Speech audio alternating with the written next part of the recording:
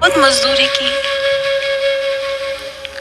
बहुत सारे यात्रियों को एक तट से दूसरे तट पर लगाया है, लेकिन मुझ जैसे निकृष्ट को, मुझ जैसे अयोग्य को आपने सो अवसर दिया चरणों को छूने का। मैं जानता हूं मैं योग्य नहीं, लेकिन आपके दिव्य स्पर्श से आप तो पत्थर को भी घट देते। प्रभु, मैं अपने आप को अयोग्य मानता हूँ, लेकिन आपने मुझे अपने चरणों का प्रक्षालन करने का, अपने चरणों का स्पर्श करने का अवसर देकर मुझे धन्य कर दिया। मेरे पास शब्द नहीं है, आपने कैसी उतराई आज मुझे दी है। मेरा दुख, मेरा दरिद्र सब नष्ट हो गया प्रभु। मैं ये उतराई नहीं ले सकता। प्रभु मौन है। कहने लगे, केवट, तुमने मजदूरी की है तो मेरा दायित्व बनता है कि मैं तुम्हें उतराई दूं। केवट ने कहा, प्रभु, एक जाति वाला दूसरे जाति वाले से उतराई कैसे ले सकता है। लक्ष्मण जी आ गए। कहने लगे, केवट, अपने शब्दों में संशोधन करो। आपकी और हमारी जाति एक नहीं है। केवट ने कहा, भैया, मैं आपकी जाति की तो बात ही नहीं कर रहा। मेरे प्रभु की और मेरी जाति एक है। मैं एक साधारण सी नौका को चलाने वाला एक साधारण सा केवट हूँ,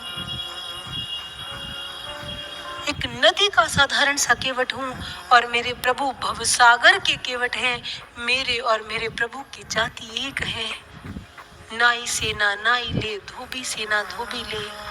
देखिए मजूरिया काहे जात को बिगाड़िए।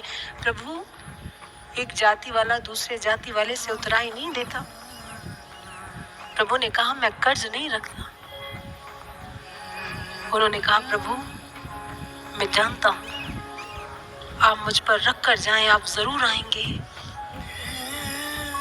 आप फिर से मुझे मिलने आएंगे, और यदि ऐसा सौभाग्य नहीं भी मिला तो जैसे प्रभु मैंने आपको गंगा के तट पर अपनी नौका से पार किया, जब मैं आपके घाट मुझे भूलना, मुझे भी वैसे ही पार कर दे, क्योंकि मेरी नाव टूटी फूटी है। मैं सक्षम नहीं हूं। मेरी ये शरीर रूपी नाव में माया के भवंडर आते रहते हैं। माया उलझाती है, तड़पाती है, रुलाती है, लेकिन आपकी कृपा से मैं पार हो सकता हूँ। प्रभु, आपकी कृपा के अतिरिक्त मैं पार नहीं हो सकता। इसलिए जब मैं आपके घाट आऊं तो आप मुझे पार कर देना। प्रभु, आप मुझे पार कर देना। टूटी फूटी नाव हमारी, जाना है उस पार। माया सागर का जल गहरा, हाथ नहीं पतवार। तुम ही लगाओ पार रघुवर, तुम ही लगाओ पार।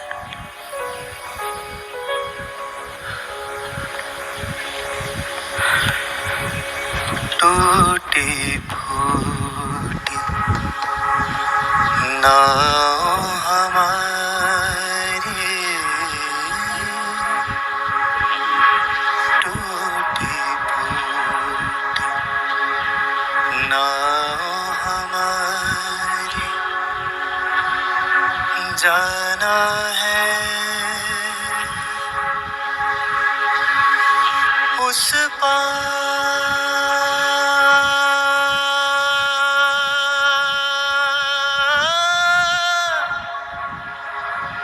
उस पार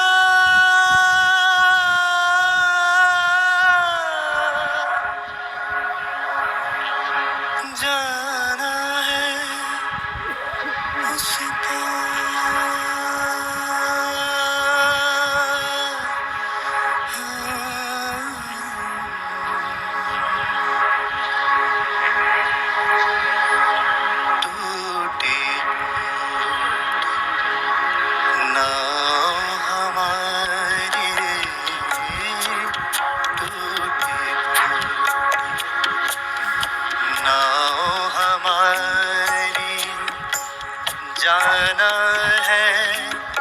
उस पार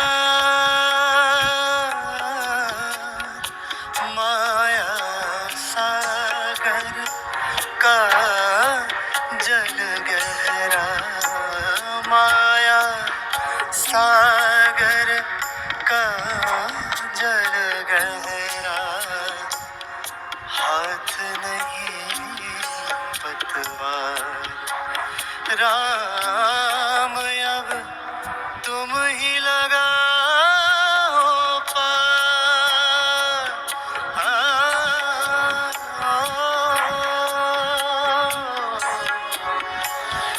टूटी फूटी नाव हमारी, जाना है उस पार, उस पार, उस पार।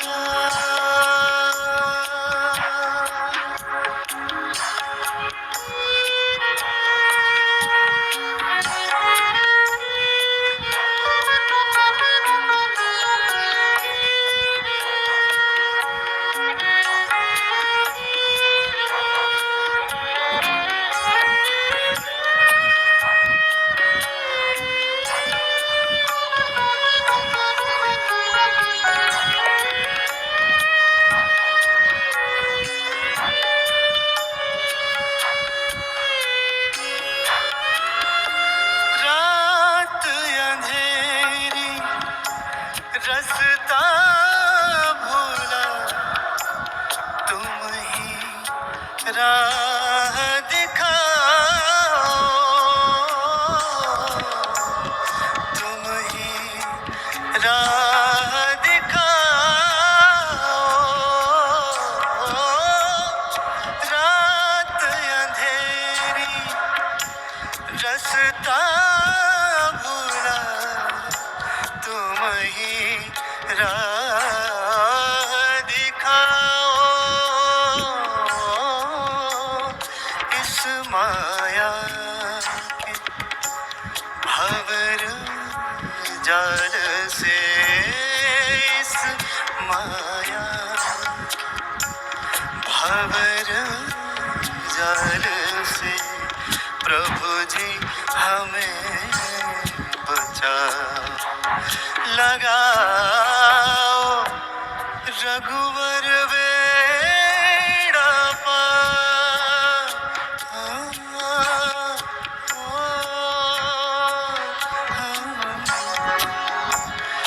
टूटी नाव हमारी, जाना है उस पार।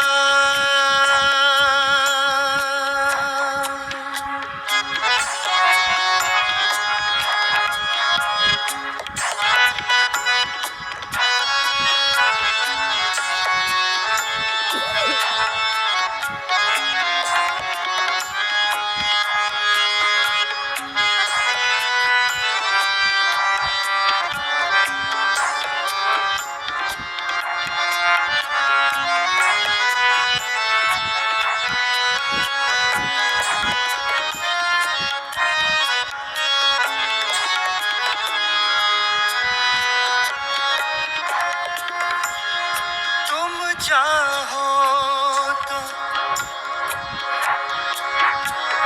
तुम चाहो, तुम चाहो तो पल में दाता सब बिगड़ी बन जाए। तुम चाहो तो दाता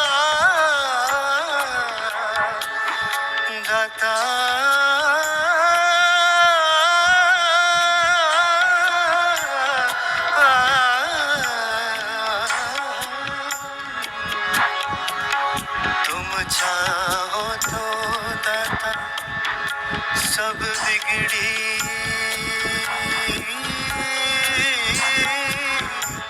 बन जाए।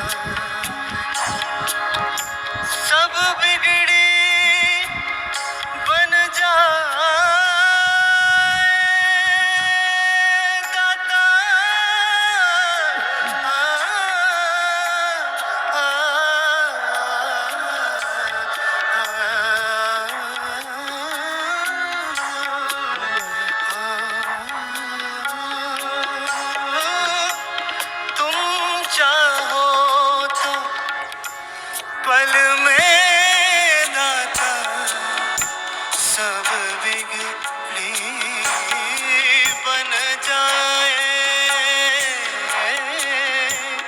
कलयुग की दल दल में नैया, कलयुग की दल दल में नैया, कभी नहीं फंस पाए, बचाओ केवल अब की बात,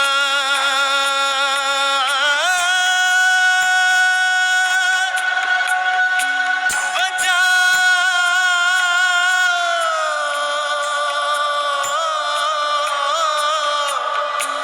केवल अब की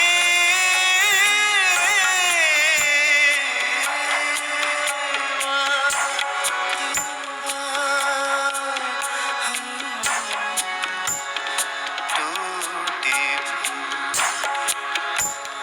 नाव हमारी, टूटी फूटी नाव हमारी, जाना है उस पार, उस पार, उस पार, उस पार,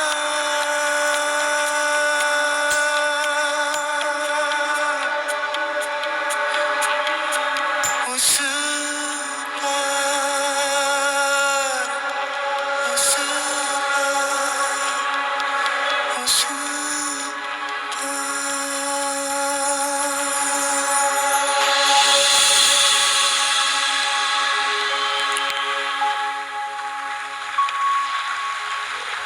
केवट अपने मन के भावों को प्रभु के चरणों में रखते हैं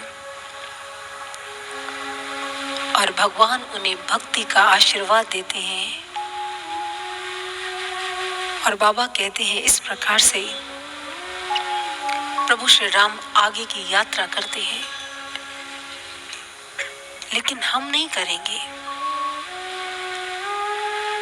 रामचरितमानस में इतना गहन गंभीर अद्भुत चरित्र लिखा है,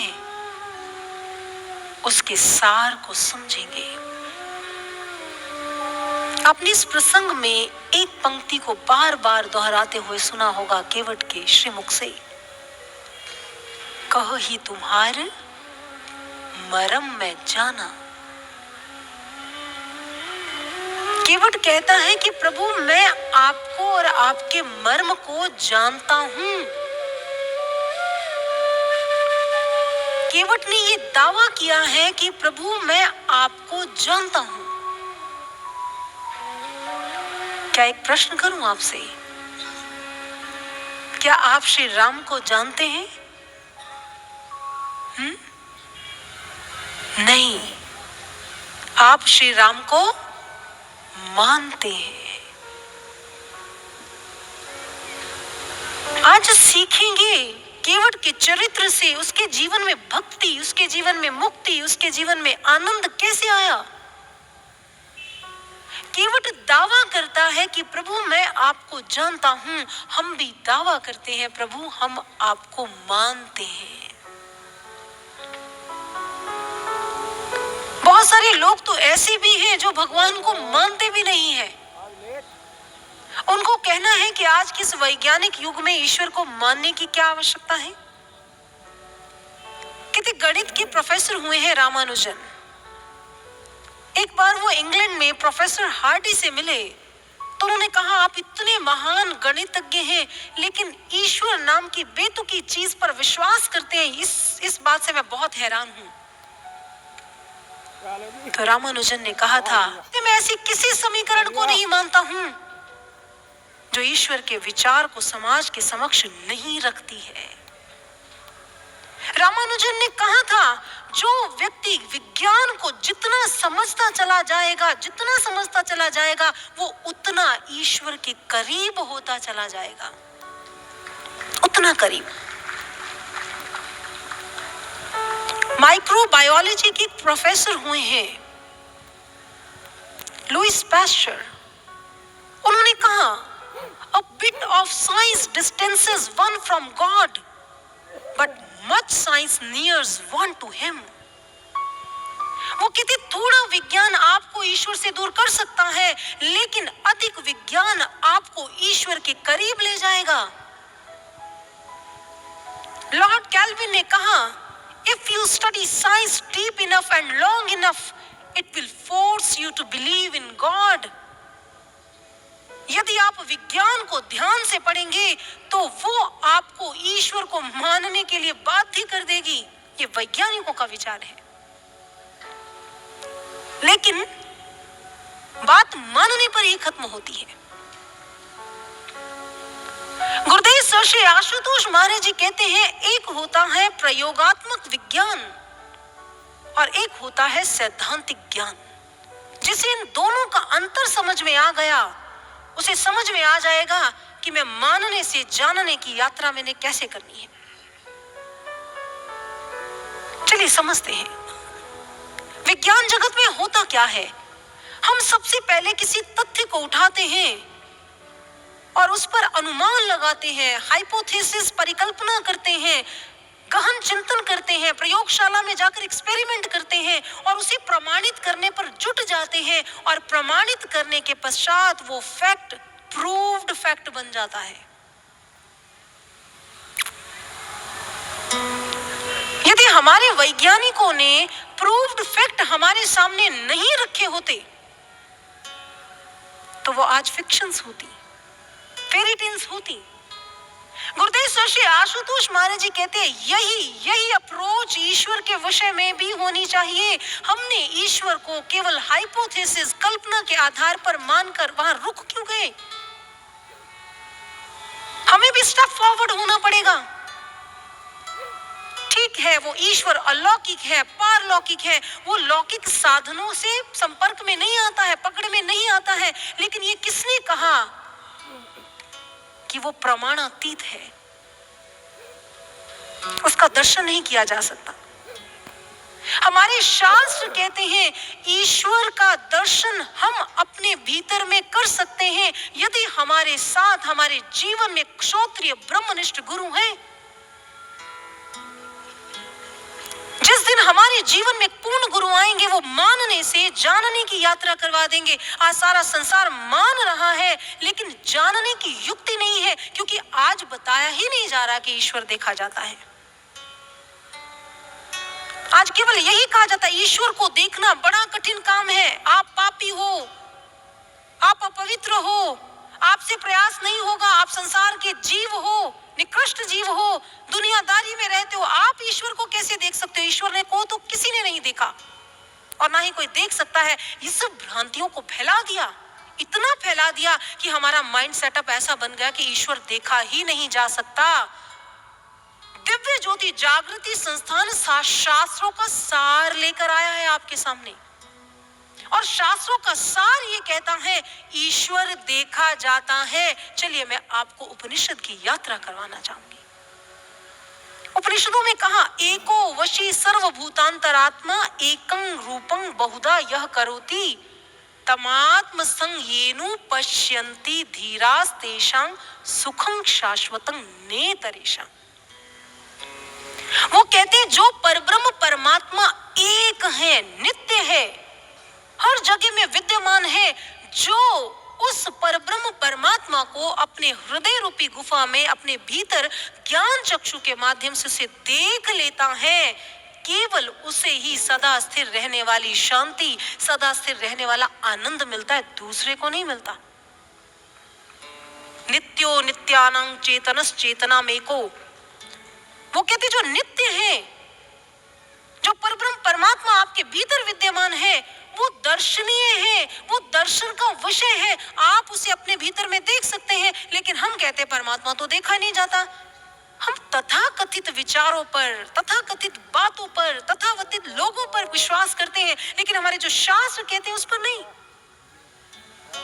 हमारे संतों ने बड़ी सरल एग्जाम्पल से समझाने का प्रयास किया। उन्होंने एक एग्जाम्पल दिया, यदि केवल प्रभु का गुणगान करने से, राम राम कहने से, कृष्ण कृष्ण कहने से जीवन में परिवर्तन और शांति आ जाए,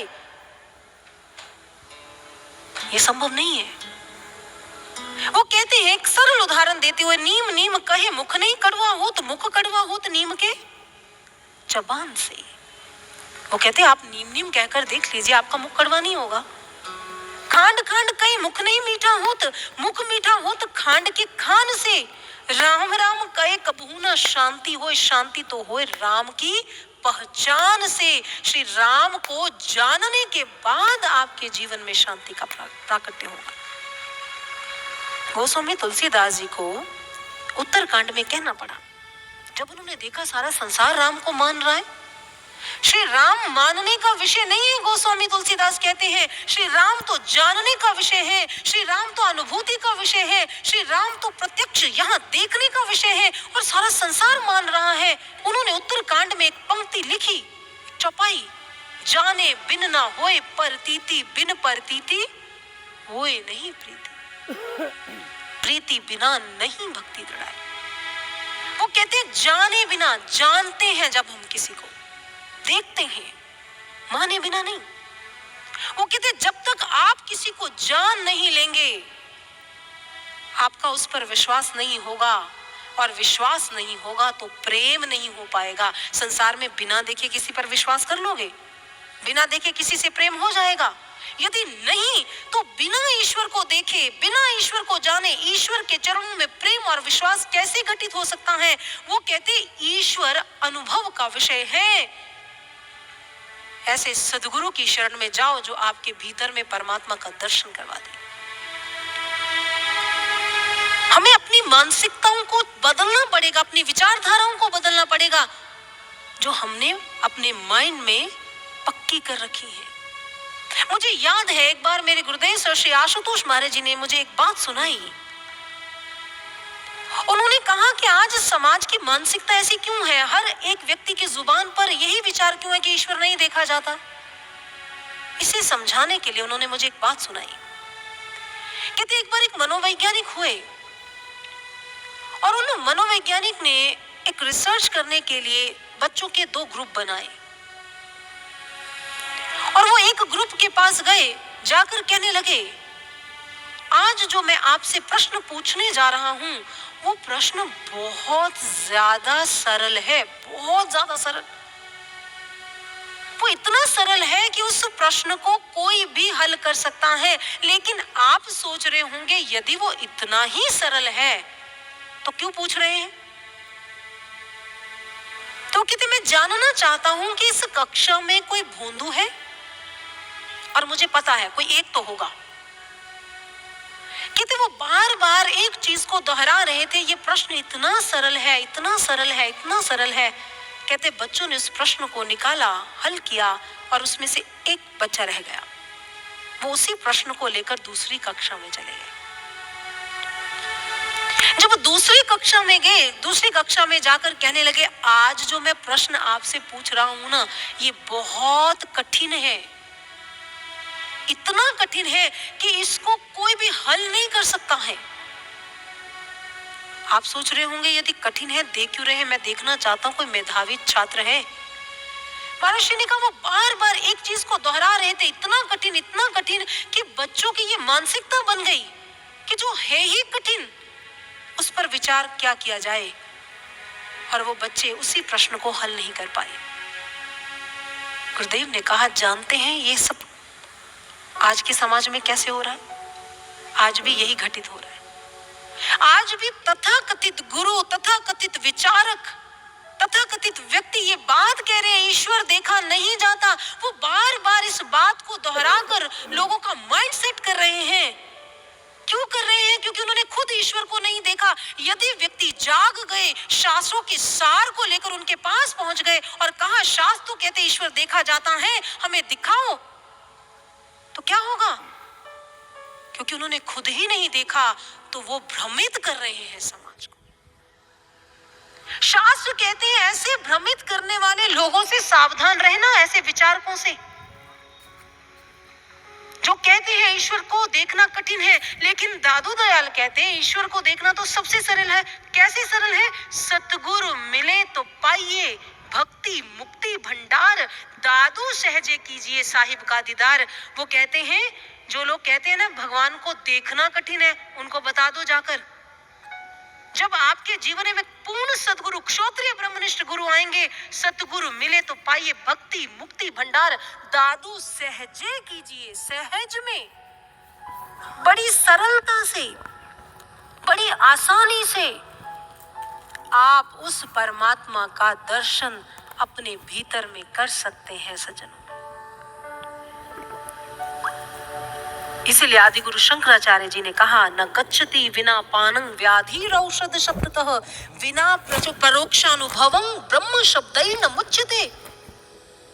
विवेक चूड़ामणि में वो कहते हैं, यदि एक रोगी व्यक्ति मात्र चर्चा करता है औषधि औषधि औषधि औषधि, उसका रोग ठीक नहीं होगा, उसे उस औषधि को ग्रहण करना पड़ेगा। ठीक इसी प्रकार से ब्रह्म ब्रह्म ब्रह्म कहने से आपका कल्याण नहीं होगा, आप भव से पार नहीं होंगे। परोक्षानुभवम ब्रह्म शब्दैन मुच्यते, आपको उस ईश्वर का प्रत्यक्ष दर्शन अपने भीतर करना होगा। दिव्य ज्योति जागृति संस्थान यही संदेश देने के लिए आपके मध्य उपस्थित हुआ है कि ईश्वर देखा जाता है और आप अपने भीतर में ईश्वर को देख सकते हैं। लेकिन जिसने देखा ही नहीं, वो रूप की महिमा कैसे गा पाएगा, वो कैसे बता पाएगा? ये तो वही स्थिति हो गई ना, एक नेत्रहीन व्यक्ति हो, उसने सूरज देखा ही नहीं,